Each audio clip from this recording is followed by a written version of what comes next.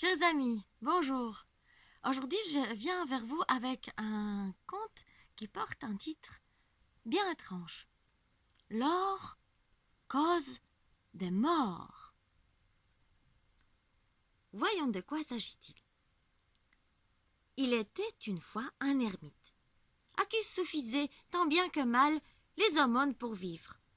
Pourtant, un jour, il s'est mis en tête d'améliorer son ordinaire, sans toutefois transgresser ses dures règles de vie.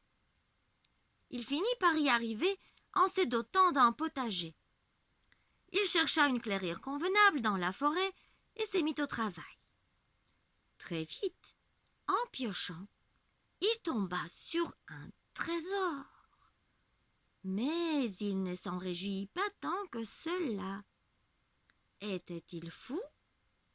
Non, justement. En voyant tout cet or, il s'écria effaré. La mort! C'est la mort! En vérité, c'est elle. 3 voyageurs passaient précisément par là. Il s'agissait de 3 marchands. Ils se tinrent à distance, étonnés par ce cri. Mais quand ils constatèrent que l'ermite était seul, ils demandèrent « Où vois-tu donc la mort ?» Sans un mot, il leur indiqua le trésor. Alors, ils l'invitèrent à le suivre. Comme il avait l'air peu engageant, l'ermite préféra rentrer chez lui.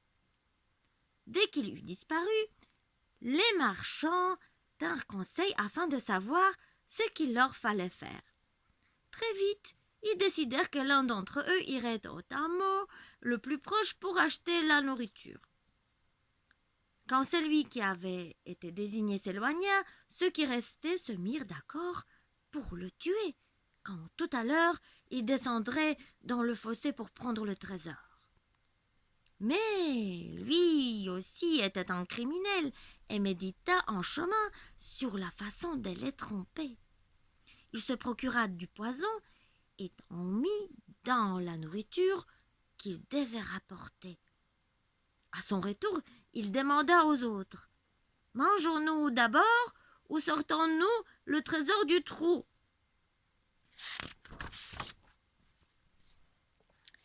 Ils répondirent « Le trésor d'abord !»